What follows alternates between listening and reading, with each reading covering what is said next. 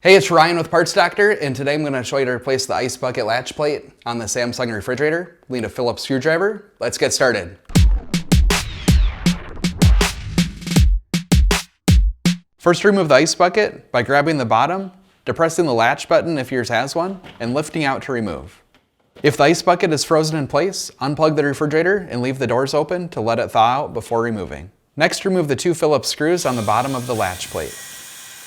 To remove the latch plate, pull down on the front and slide out to remove. If you have a bad ice bucket latch plate and you need to purchase a new one, you can check out our website, partsdoctor.com. We'll leave a link in the description below. You want to make sure that you're searching with the model number from the tag on your refrigerator to make sure you get the correct part. To install the latch plate, first align the tab with the slot, then install the two Phillips screws.